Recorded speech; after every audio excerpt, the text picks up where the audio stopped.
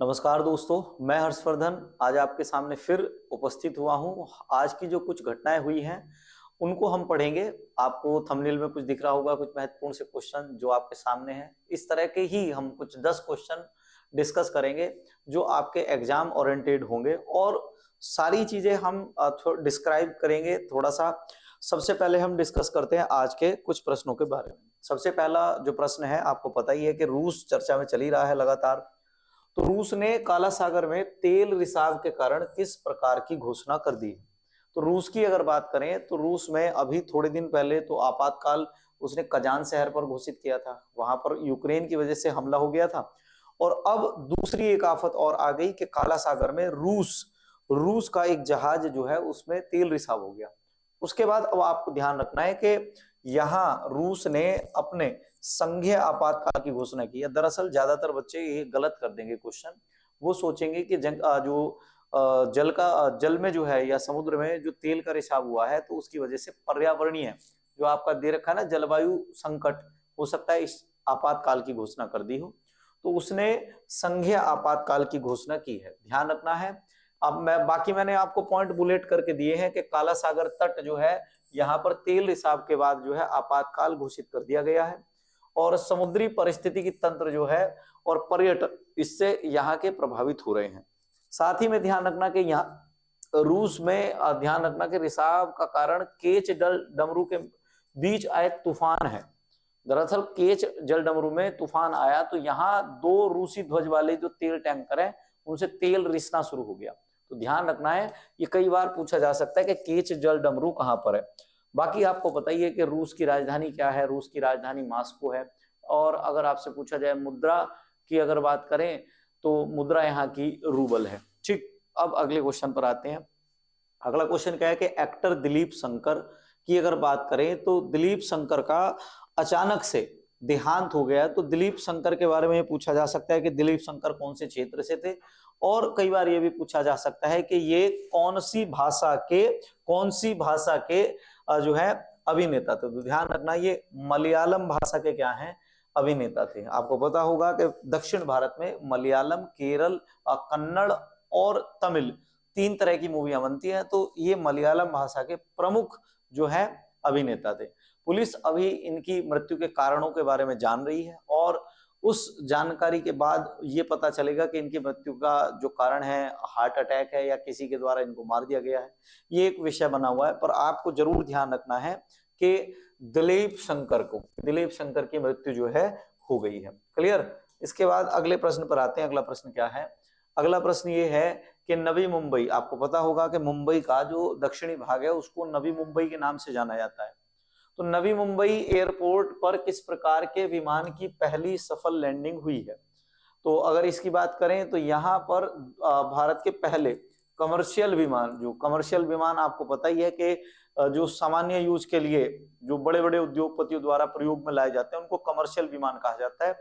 Commercial विमान का पहली बार जो है नवी मुंबई एयरपोर्ट पर डेवलपमेंट किया गया है। साथ ही में ध्यान रखना, अब जो है एयरपोर्ट का भी जिक्र है, हवाई जहाज का भी जिक्र है, साथ में कुंभ मेला भी चल रहा है। तो भारत में सबसे पहली जो फ्लाइट उड़ी थी, जो डाक लेकर आई थी, वो कुंभ मेले के लिए डाक लेकर आई थी। और इसके अलावा आपको ये भी बात ध्यान रखनी है कि भारत में सबसे पहली जो फ्लाइट उड़ी थी वो दिल्ली से लाहौर तक के लिए उड़ी थी। ठीक है। राइट बंधु राइट बंधु माने जाते हैं कि उन्होंने क्या किया है, दुनिया के सामने जो हवाई जहाज है उसका कॉन्सेप्ट राइट बंधु लेकर आए थे। अगले प्रश्न पर आते हैं। छत्रपति आपको पता ही है किसी न किसी कारण चर्चा में रहते हैं। अभी हाल ही में क्या हुआ था, महाराष्ट्र में छत्रपति शिवाजी की मूर्ति गिर गई थी। अब फिर से छत्रपति जी की जो एक प्रतिमा है उसका एक चर्चा का विषय है कि भारतीय सेना के द्वारा छत्रपति शिवाजी की एक प्रतिमा लगाई गई है। ये कहां पर लगाई गई है? तो अगर इस तरीके से आपसे क्वेश्चन पूछेगा तो आप बता देना कि पहली बार ऐसा हुआ है कि भारतीय सेना के द्वारा जो छत्रपति शिवाजी हैं उनकी प्रतिमा का अनावरण किया गया है। दरअसल भारतीय सेना जो गोरिल्ला युद्ध नीति जो अपनाती है, इस गोरिल्ला युद्ध नीति को सबसे पहले जो पॉपुलर किया वो किया, आपको पता ही है कि अकबर और महाराणा प्रताप के बीच जो युद्ध हुआ तो महाराणा प्रताप ने गोरिल्ला युद्ध विधि को अपनाया। उसके बाद क्या होता है, उस युद्ध विधि को पॉपुलर करने में बड़ी भूमिका रही है शिवाजी की। तो हमारी जो सेना है शिवाजी की जो गोरिल्ला युद्ध नीति है उसको भी फॉलो करती है, इसलिए शिवाजी जो है एक पूजनीय जो व्यक्ति है भारत के लिए। इसके अलावा आपको ध्यान रखना है कि मराठा साम्राज्य की स्थापना शिवाजी के द्वारा की गई थी। शिवाजी के जो मंत्री हैं उनको अष्ट प्रधान कहा जाता था। इसके अलावा और बहुत सारी चीजें आपको स्टैटिक की जो चीजें हैं अलग जो क्लास चल रही है आप उसमें डिस्कस करना। रोज जो क्लासेस चल रही हैं अगर आप हमारी क्लास देखोगे तो इस तरह के जो शिवाजी हैं या इसके अलावा जो मॉडर्न हिस्ट्री से जुड़े हुए विशिष्ट व्यक्ति हैं उनसे संबंधित सारी जानकारी आपको उसी में मिल जाएगी। अभी हम फिलहाल बात कर रहे हैं शिवाजी की। तो लद्दाख में ये ध्यान रखना कौन सी झील पर है, तो पेंगोंग झील के किनारे पर। ये पेंगोंग झील वही है जो चीन और भारत के बीच का विवाद का हिस्सा थी। अभी फिलहाल जो है जो LAC का जो विवाद है, LAC का जो विवाद है जो आपका पेंगोंग झील को लेकर था तो वो फिलहाल जो है सुलझ गया है। और इसमें ध्यान रखना कि पेंगोंग झील अगर आपसे पूछा जाए तो आप कह सकते हैं कि सर ये खारे पानी की झील है। कैसे पानी की झील है, खारे पानी की झील है। अगले प्रश्न पर आए तो 11वें भोपाल विज्ञान मेले का आयोजन कहाँ किया जा रहा है। 11वें भोपाल विज्ञान मेले का आयोजन कहाँ किया जा रहा है, तो ध्यान रखना आप बताना। तो इसका आंसर होगा जम्बूरी मैदान में। कहां पर, जम्बूरी मैदान में। जम्बूरी मैदान आपसे पूछा जा सकता है तो सबसे पहली बात तो बताना ये मध्य प्रदेश में है। और इसमें विशेष जो फोकस किया गया है कि विज्ञान के प्रति जागरूकता और रुचि को बढ़ावा देने के लिए इसे जो है हर साल आयोजित किया जाता है। इसमें प्रदेश भर से युवा वैज्ञानिक हिस्सा लेते हैं। जो नए मध्य प्रदेश के युवा वैज्ञानिक हैं वो इसमें अपनी भागीदारी करते हैं। साथ ही में इसमें स्वयं सहायता समूह और NGO के सदस्यों में हस्तशिल्प और कलाकृतियों से संबंधित स्टॉल भी लगाए जाते हैं, जिससे स्वयं सहायता जो समूह है उनमें भी धीरे धीरे जो है वृद्धि हो। भोपाल आपको पता ही है कि भोपाल में एक गैस त्रासदी हुई थी मिथाइल आइसोसाइनाइड से, वो भी काफी चर्चा में रहती है, आप उसको भी ध्यान रखेंगे। अगला, गणतंत्र दिवस परेड 2025 के लिए उत्तराखंड राज्य की झांकी का विषय क्या है। तो उत्तराखंड राज्य की झांकी का विषय है साहसिक खेल। दरअसल उत्तराखंड आपको पता ही है कि उत्तराखंड चर्चा में रहता ही है। उत्तराखंड अभी चर्चा में था कि जनवरी से वो कॉमन सिविल कोड लागू करने वाला भारत का पहला राज्य बन जाएगा। इसके अलावा उत्तराखंड में आपको मैंने थोड़े दिन पहले बताया था कि उत्तराखंड में मदरसों में संस्कृत पढ़ाई जाने की घोषणा कर दी गई थी। इसके अलावा तीसरा चर्चा ये हो गया कि यहाँ आपको पता है कि उत्तराखंड में ज्यादातर एडवेंचर गेम होते हैं, जैसे राफ्टिंग हो गया इस तरह की, और आपका जो रूफिंग हो गया, ये इस तरह के जो पैराग्लाइडिंग हो गया और ट्रैकिंग हो गया, ये साहसी गेम खेले जाते हैं। तो इनको विषय बनाकर अब की बार उत्तराखंड की झांकी जो है प्रदर्शित की जाएगी, इसको आप ध्यान रखेंगे, ठीक है ना। उत्तराखंड की अगर बात करेंगे तो यहाँ के जो CM है उनका नाम पुष्कर धामी है। और आपसे पूछा जाए कि यहाँ की राजधानी जो है उस राजधानी का नाम ध्यान रखना गैरसैंण और देहरादून। यहाँ की जो राजधानी है, दो राजधानियां हैं, एक का नाम है गैरसैंण, दूसरी का नाम है देहरादून।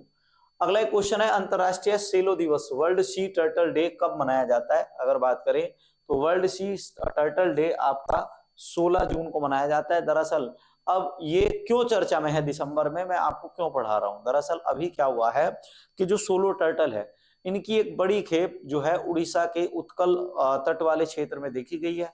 इसकी जागरूकता के लिए सरकार काफी काम कर रही है। तो सरकार का ये कहना है कि अब जो आपके सी टर्टल हैं उनकी संख्या लगातार बढ़ रही है, इसलिए ये जो है चर्चा में आ गया, आपको ध्यान रखना है, ठीक है। और एक और ध्यान रखना कि इस दिन का चयन अमेरिका के जो कछुए संरक्षण करता थे जिसका नाम था रिचर्ड बिली फाल्कनर के जन्मदिन के दिन को हम 16 जून को हम क्या मनाते हैं, अंतरराष्ट्रीय सेलो दिवस के रूप में मनाते हैं, ठीक है। इसके अलावा अगला क्वेश्चन क्या है, भारत ने 2024 नेटवर्क रेडिनेस इंडेक्स NRI में 2023 के मुकाबले कितने स्थान की छलांग लगाई है। आपको ध्यान आ रहा होगा कितने स्थान की छलांग लगाई है, तो 11 स्थान की छलांग लगाई है। नेटवर्क रेडिनेस इंडेक्स 2022 में भारत ने 11 पायदान की छलांग लगाई है और अब 49वें स्थान पर पहुंच गया है। कौन कितने स्थान पर, 49वें स्थान पर पहुंच गया है। इसमें अगर बात करें तो यूएसए इसमें पहले स्थान पर है। ये बात ध्यान रखना कि यूएसए इसमें पहले स्थान पर है, ये आपको कंफर्म करनी है बात। यूएसए कहां पर है? यूएसए इसमें पहले स्थान पर है। अगला प्रश्न क्या है? आरबीआई ने एआई के नैतिक उपयोग के लिए एक फ्रेमवर्क विकसित करने के लिए कितने सदस्यीय समिति का गठन किया है? तो इसकी अगर बात करें तो इसमें 8 सदस्यीय, ध्यान रखना 8 सदस्यीय समिति का गठन किया है। आपको पता ही होगा कि आरबीआई जो है इसको कहा जाता है बैंकों का बैंक। आरबीआई को क्या कहा जाएगा? बैंकों का बैंक कहा जाता है। इसके अलावा इसमें आपको दो बात और ध्यान रखनी है। क्या बात ध्यान रखनी है? आरबीआई को बैंकों का बैंक, साथ ही में ध्यान रखना, चलो मैं बताता हूं आपको, एक क्वेश्चन दे रहा हूं, आंसर बताना कि हाल ही में आरबीआई के नए गवर्नर कौन बने हैं। इतनी बात मैं बता रहा हूं कि ये राजस्थान के हैं, ठीक है। कहां के हैं? राजस्थान के हैं। अब देखते हैं कौन इसका आंसर बताएगा। आरबीआई की अगर बात करें तो आरबीआई एक्ट को भीमराव अंबेडकर के द्वारा तैयार किया गया था। तो आरबीआई का लगभग स्वरूप जो है वो भीमराव अंबेडकर ने ही तैयार किया है, ये भी बात ध्यान रखना। आरबीआई का जो हेडक्वार्टर है, अगर आपसे पूछा जाए तो आप बता देना कहां पर है? मुंबई में है। कहां पर है? मुंबई में इसका हेडक्वार्टर है। हाल ही में किस देश के राष्ट्रपति द्वारा संसद को भंग कर दिया गया है? दरअसल अभी क्या है, जर्मनी की जो संसद है उसको भंग कर दिया गया है। उसके पीछे का कारण यह है कि यहां पर फरवरी माह में क्या होने वाले हैं? फरवरी माह में चुनाव होने वाले हैं। उस चुनाव को देखते हुए और इसके अलावा यहाँ की जो राजनीतिक अस्थिरता हो रही थी, उस राजनीतिक स्थिरता के कारण अब यहाँ पर पूरी तरीके से संसदीय प्रणाली को 2 महीने के लिए बंद कर दिया गया है और अब 2 महीने के बाद, चुनाव के बाद चीजें यहाँ पर देखने को नए तरीके से मिलेगी। इसके अलावा यहाँ ध्यान रखना कि यहाँ के राष्ट्रपति जो हैं उनका नाम फ्रैंक वाल्टर स्टीमनियर है और चांसलर कौन है? चांसलर जो है ओलाफ स्कोल्ज, ठीक है। चांसलर का ध्यान रखना, चांसलर कौन है? और ओलाफ स्कोल्ज जो है यहाँ के चांसलर है, ठीक है। जर्मनी के बारे में आप जानते हैं तो आप ज्यादातर जो भारत में पेन यूज करते हैं उन सभी पेन की जो टेक्नोलॉजी ली गई है भारत में वो जर्मनी से ली गई है, ठीक है। तो आज के लिए इतने क्वेश्चन पर हम अपनी जो बात खत्म करते हैं, फिर कल मिलेंगे एक और नई वीडियो के साथ जिसमें हम बहुत सारी बातें करेंगे, कुछ और अच्छे क्वेश्चन लेकर आएंगे जिससे आपके एग्जाम में जो है मदद मिले। तो आज के लिए इतना ही, मिलते हैं कल फिर। धन्यवाद।